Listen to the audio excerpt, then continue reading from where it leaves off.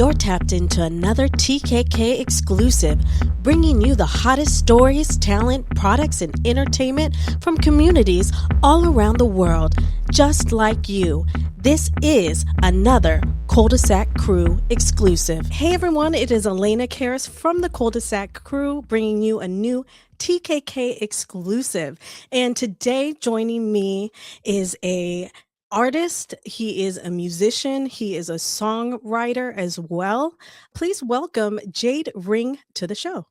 Hey, thanks for having me, Elena. This is awesome. Yes, absolutely. Thank you so much. Now, you are in Cleveland Heights, Ohio. Yeah. And we'll talk about that a little bit later because I definitely feel like there's some inspo right there, just from your origins. But you came out with this project. Now, I have a lot of questions for you. So let's just start. Like, what's the story behind the name? Yeah, so Jade Ring is, it's not a common name, right? Like it's not, you're like, oh, is it a physical ring? Is it, no, well, yeah, it is sort of, but I am a lifelong fan of Twin Peaks. So if you're familiar with Twin Peaks, it was a show from the 1990s. David Lynch, Mark Frost created this really incredible world with incredible characters. And one of the things that appealed to me was that they explored a theme of where humans exist in lightness and darkness. So my whole life, I've kind of felt like I've been balancing the light and darkness, or I guess like another way to say it would be like the angel and devil on your shoulder. If you're old enough to remember like Looney Tunes cartoons, like they would always, they'd always like portray that. But the Jade Ring in Twin Peaks is basically it is a physical ring that allows the wearer to transcend reality and an existential void, if you will. It basically, some people interpret it as maybe moving into purgatory or some place that they don't have any control over. And that's how sometimes I feel like whenever darkness settles in on me, there are times that I just don't have control over it. And so Jade Ring has a deep meaning for me personally. Mm-hmm. But, I think when I explain it as, something that balances the light and darkness, that's like the easiest way to explain it. I think even Twin Peaks super fans, like they might be like, what the heck? Like, oh yeah, like, okay, I know exactly what you're talking about. And what's really cool is that I just DJ'd this Twin Peaks night market here in Cleveland. And there was 1,100 Twin Peaks fanatics there, and I got to DJ the whole thing, and it was really cool having people come up and ask questions because I'll talk Twin Peaks all day.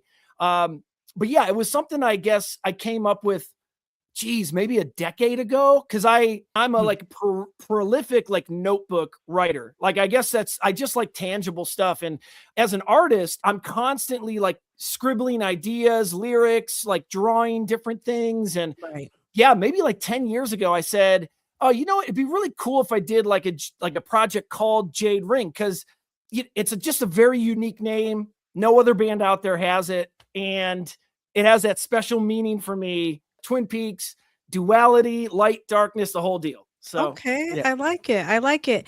And I think too with like Jade Rings in general, they have the ring, they have the bracelets too, that there is like that I think energy, like good energy warding off bad negative energy too. So I can kind of see that right there as well. Now now I have a question about the mask. Oh, this thing? The name and the mask. Yeah, this little thing. Oh, I didn't notice it. Yeah.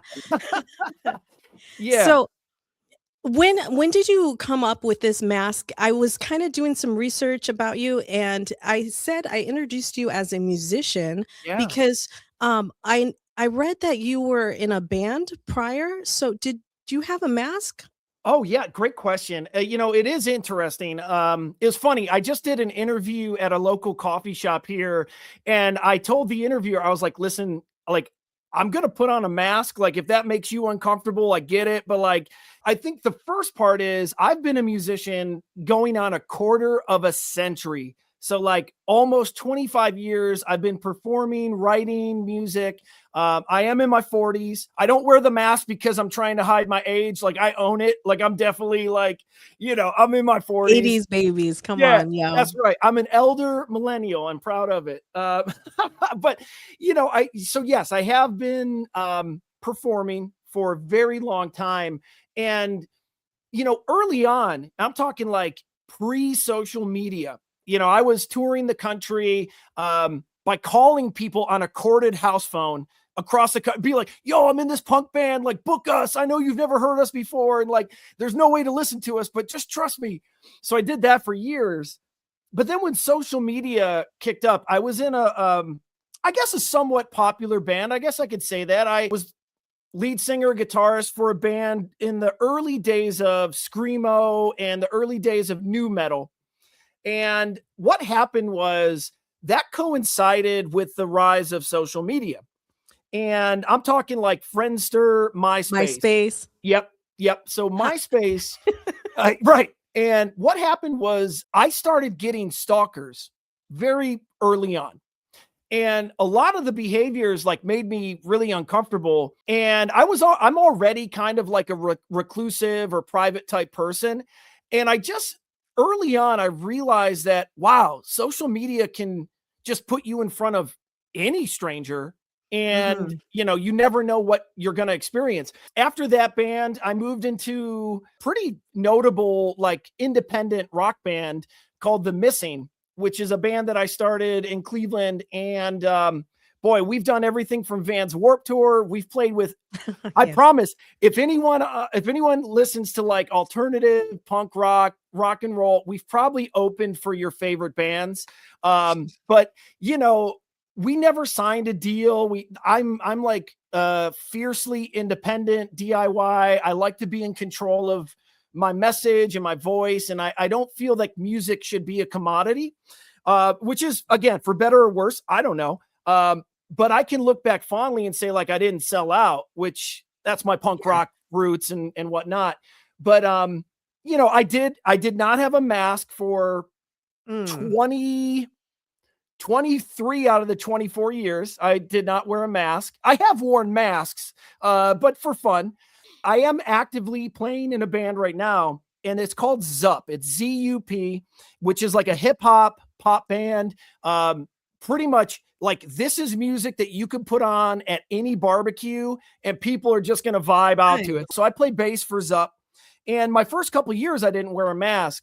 But last year, I saw an episode of Last Week Tonight with John Oliver, where he exposed generative AI in music and how all of these, like, I would just say, like, bad actors, bad people were like, I'll PG, where they are uploading artificially created music on the backs of people who have come before and developed their skill over time. And, not only that, but like, there's no regulation on our image, like our human form. Like, we have zero protection. Yeah. We have no protection over our human identity any longer. And there was a story that came out about AI being used to sexualize women and children. Again, no laws came out of it. No regulations came out of it. Now, Australia, they banned it. And there's other countries in Europe that have put in, other regulations. But I've had my photo published on the internet thousands of times over the last 20 plus years. I worked really hard to scrub a lot of that from the internet. But I think that's really why I adopted it. Not only that, it's a form of expression. Like, I have some masks behind me that I display some masks, and I have fun with it. Every show is different. I have some type of new theme, or, I love costuming. I'm a huge fan of RuPaul's Drag Race. So like, yeah. So like, I try to push my limits as best Dragula as I can. For me. Yes. Okay. Yeah. That's a part of it too, is being able to express yourself in a different way. I am a political musician, and there are things that I'm passionate about. So privacy, absolutely, respecting people's boundaries is a huge thing. This is a great moment to get into the album Pills, because you're talking about like the introduction. I listened to a couple times the album. Awesome. I watched the visuals, and I really liked when we were messaging back and forth, and you're like, yeah, you might want to start here first. And I was like, all right. So I started with Coral, and then I went to the album. Okay. And so I listened to the intro, and one of the first things that you said was, this is done by a human voice. Yeah. And throughout the album, you're talking about, AI and things like, they want to separate us from human touch. And I was like, wow, these are things like really got me thinking. And I also think it was really funny that you have this hat on that says cult leader, because I totally, when I listened to the album and stuff, I listened to it, I'm like, oh, this guy's gonna have a cult following. And then you literally come on with a shirt that says cult leader. Yeah. I'm like, okay, yes. So I thought that was really dope. What inspired you? I think we kind of touched those terms, but I was going to say, what inspired you to just not use any AI whatsoever, especially being an independent artist, because a lot of indies, they don't really have money. So AI is like free. Yeah. So what made you, I'm going to hire a narrative, like I'm going to do this and that, whatnot? Yeah, it's so number one, I am a firm believer that humans can do great things. And like that is no BS. For as long as humans have recorded history, we have clear documentation of fantastic artists that push boundaries beyond comprehension, that elevate all skills, elevate all levels. And so, when I see, again, these bad actors that use generative AI to try to replace writers or poets or anyone that has a lived or shared experience, to understand that on a deeper level is you're removing the human essence of a soul, whatever your beliefs are, whatever you're into. Like for me, a soul is your lived experiences, where you grew up, how you grew up, your culture, your family, your upbringing, your friends, your failures, your victories. All of these things make you who you are as a human. And so when you create art, that's the most powerful type of art, is when it comes from what you've lived and you're trying to share it, whether you're trying to help somebody get through something or you are using it as therapy for yourself. There's so many different reasons why people create. We don't have enough time to get into that. But I think it was important for me in 2026, as you mentioned, as an indie artist, where it is just so easy to now prompt an AI, whatever website or app. It's so easy to just say, make this song sound like this, or do a parody of this song. Yo, man, like, what is that? What is that? Like when you think of music or movies or TV shows, books, poetry that moves you to your core, like those foundational pieces, those were all made by a human. Will an AI generated song or movie resonate with a human? I don't know, but the stuff that I've listened to lacks any type of connection for me. So I said, not only did I want to prove that a human can do something a little bit eccentric, boundary pushing, do not follow the rules. I also wanted to show like people in their 40s that like, hey, it's also cool. Like you can do something. Like you can, you can still try to do new things. You can still push yourself. You don't have to give up because you hit a certain milestone or whatever. It is to show that humans can still do cool stuff. I tried to push myself into areas that I wasn't comfortable, that I said, if I do this album and I don't lean on technology, can I just let it be a free flow process out of my mind into a computer? like, yeah, I use the computer and I have like a digital interface, but all my gear here at my home studio is all analog. The amps I used to record this were from 1968. I Oh, that's used, dope. yeah, I use like super old gear. I don't know. There's also a piece for me being a longtime musician to take my 24 years of experience and say, let me kind of filter or distill all that into one project and just see what comes up. And that's kind of what happened. Are you playing all the instruments? Yeah.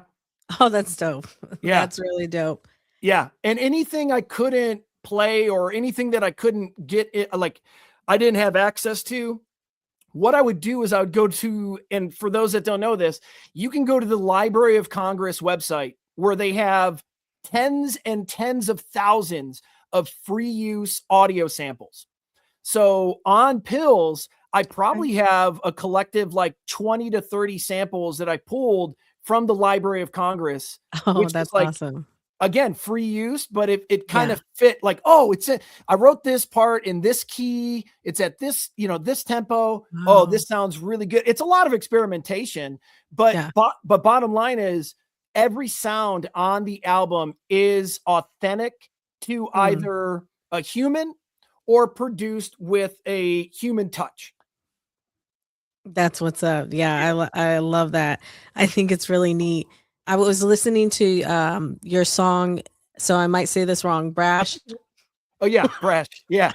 Like, is it rash? I don't know. I don't know if it's complex. I need to say like brashe or something. I don't know. I haven't. Yeah. Oh yeah. Just brash. Okay. Brash guy. Listening to it, I was getting a Marilyn Manson vibe, to be Ooh, honest. okay. Yeah. And I was just recently watching, he did a fashion runway show. I can't recall, or actually I don't know what I was watching. I don't know what I was watching. He was doing a fashion runway and he performed, and he went down the runway. I could see you doing something like that too. I would love it.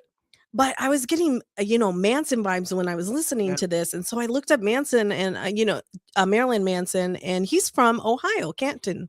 Yeah, that's right. He is, hours south of where I live. Yeah. Yeah. So like the metal scene out there, there's quite a few rock bands, that come out from Ohio. And you mentioned that you played in a band as well too. So tell me about that scene out in Ohio. Yeah, Ohio is really, you know what? Okay, so let me just say this. We are probably known best outside of Cleveland for being the home of the rock and roll, Hall of Fame. And I think a lot of people, when they come to Cleveland as a visitor, that's like something on their bucket list where they want to check off. And, as a lifelong musician in this city, I never truly felt like, at least Cleveland has embraced that in a real sense. Like, yeah, like I can talk about the origins of rock and roll, and like, let's be real, like rock and roll was not created in Cleveland. Just a DJ here happened to say the words on radio first. And that's really why we got the Rock Hall. I would say that Detroit, which is only 2.5, 3 hours away from Cleveland, has a much stronger musical heritage with Motown and all the fantastic artists that have come out in the last, even the last 30 years, or just anyway. But I think you're onto something, because Cleveland does have a strong connection to what is known around here as industrial metal. So I would go as far back to say the start of that really happened in like the 1980s.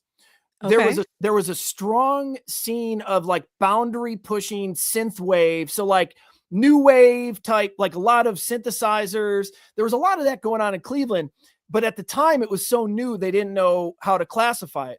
Well, there's a person that a lot of people know, Trent Reznor, moved to Cleveland, Ohio in the 1980s. And he was in a band that was very similar to Flock of Seagulls. The band was called Slam Bamboo, but Trent started 9 Inch Nails here in Cleveland, Ohio, like literally just right down the road.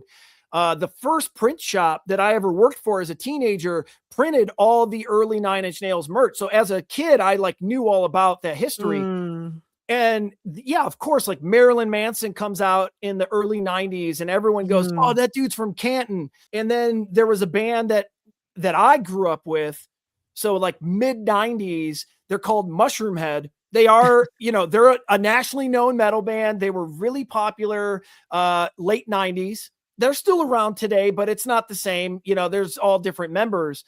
But Mushroomhead influenced My Mask.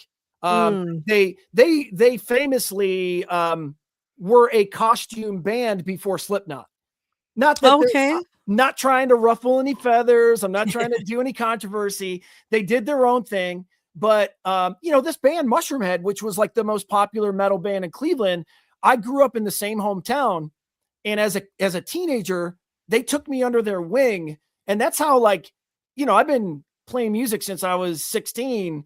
And I credit those guys for not having an ego, for, taking this punk rock kid with like long dyed black hair. And, I listened to all different stuff from what they did, but they certainly influenced my professionalism and my approach to music. And now, actually there's a pig mask right back there. Yes, I've noticed that one.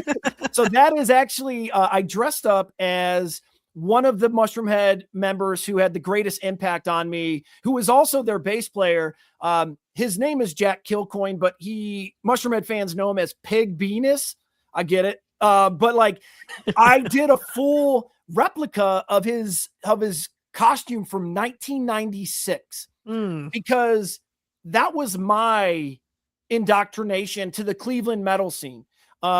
And of course, there's just like countless like great bands, but it is kind of tough to break out of the Cleveland scene. Like I said, I've had 2 runs of pretty decent success, but never like on a massive scale like Manson. Actually, one of my good friends was Marilyn Manson's drummer for a little bit. He grew up in a city right down the road called Parma, Ohio.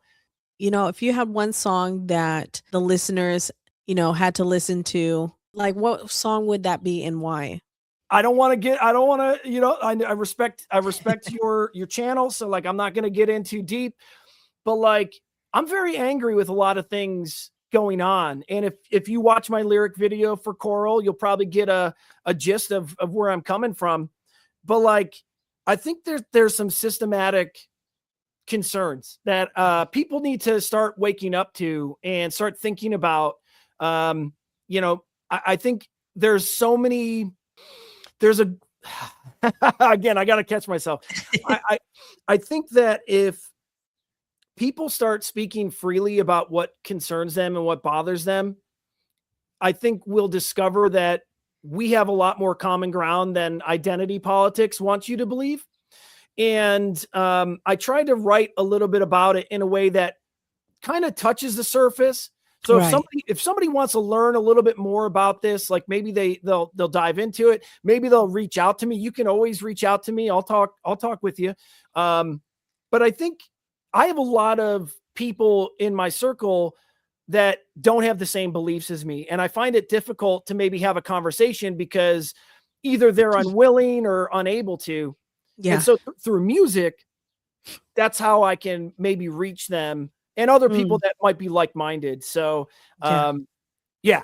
So I don't want to get too deep into that, but yeah, it's a political album. Really. It's about substance abuse. It's about the state of the world. It's about AI. And so all of those things made me really angry, and I am best suited to take my anger and turn it into art. And yes. That's how I work. I don't know. Yes, definitely. I know I'm an artist myself too. And I think sometimes, I have a hard time speaking, which is like basically all I do is speak for a living. At the same time, music is the best way I can get my words out. Yeah. So I get it. Well, that's Wonderful. I really enjoyed listening to the album, and I definitely think that you got something there. I'll be excited to see the next couple of years and how this album hits and everything. Do you have any music videos you plan on dropping? Yeah, so we recorded a lot of footage for a music video for Brash. Now, for those that haven't listened to it, it is an I like it. 8-minute long song. As an independent artist, I am the producer, the director, the writer, the actor, the editor, y'all, I am tired. I also have a day job, so like, you know, I wanted to release it by now, but it will be edited. The footage is awesome. We filmed it at a local theater here called Blank Canvas Theater. Okay. It's an independently run theater that puts on amazing shows, and so we did. We recorded over the course of a day. A lot of my friends came out to help with the footage and kind of dress the part, and we had a lot of fun. So Brash will be a music video coming out relatively soon. I'll just say like spring 2026. Let's put spring. Okay. Spring. Yeah. And then I think spring's like next week. oh, it already hit. Spring was Oh, Friday. wait. Spring was Yeah. Friday. Yeah. So it's spring 2026. But Yeah. I will be doing music videos for the other two songs as well. And then, of course, as you mentioned, I have a full lyric video available on YouTube. Haven't really promoted that yet, but if you want to just search for it, it's Jade Ring Pills album lyric video. Awesome. Yeah. So I love it. I love editing video. Well, let me back that up, Elena. I don't really love editing video, but I love the end result. I'll leave it at that. Yeah. Yeah. I feel you. I feel you. Yeah, it's long, it's tedious. Sometimes I'm like editing stuff and I'm like, man, should I have like a seizure disclaimer on this? Because I think I'm about to have one. Yeah. Just like I get it. I get it. It's interesting you say that because I did that album video, Yeah. and as I was watching the footage in my hotel room, I was like, oh, getting hit with all the flashing lights. I ended up putting a Sheezer notice. Oh, did you? Okay. Yeah. Yeah, maybe I should. I don't know. I Ever since that Pokemon thing happened, like back in yeah, I mean, I don't want that would be my biggest fear is like, oh my goodness, like if I did that to somebody, I would feel terrible, you know? If you come to a Jade Ring show, just fair warning, there will be a lot of confetti and there will be a lot of strobe lights and a disco ball. I perform with my disco ball every show. That's a guarantee. So okay. And a fog machine. No. Oh yeah. Oh yeah. It's atmospheric. It's a whole mood. It's a whole mood. Nice. Well, thank you so much for, taking the time to do this interview. I know I wish we could go on and on, but I try to keep it to about like 30 minutes or so. But there's so many more questions that I would love to ask. So maybe we'll do part 2 or something like that. I would love to. So, everyone, this is Jade Ring right here, taking the time to hang out with the Cul-de-sac crew. And yeah, like I said, I'm just so curious to see how the next couple of years are going to go, how this music video is going to drop. And like, on your hat said, I think that you're going to have a cult following right there. I hope so. Yeah. And we'll see. We'll see. Again, I welcome everybody. All are welcome into my cult. So, just be cool. Just be cool. That's the only thing I ask. So the cul-de-sac crew, our motto here is we come from all different sides of the cul-de-sac. Yes. And I haven't talked about it in a long time, but it's basically like if you live on a cul-de-sac, you have all different kinds of people. You might have different races, different religions, different beliefs and stuff like that. But if the kids are out playing and a stranger's, brings their car by and no one knows who that is, like the cul-de-sac is going to come together as one and protect, their people and their loved ones. So that's why, despite their differences in beliefs and things like that. So I like to say, that's the whole idea behind the cul-de-sac cruise. We come from all different sides of the cul-de-sac. And, I got my hair, I got goosebumps. I don't know if you could tell, but I got little goosebumps. All I see is tattoos. Well, it has been a pleasure. I will have all his plugs in the description below. So y'all have his Instagram, Apple Music, Bandcamp, all of that. It's going to be in the description below. Everybody, I hope you enjoyed this TKK exclusive. Everybody have a wonderful evening. You've just tuned in to another TKK exclusive.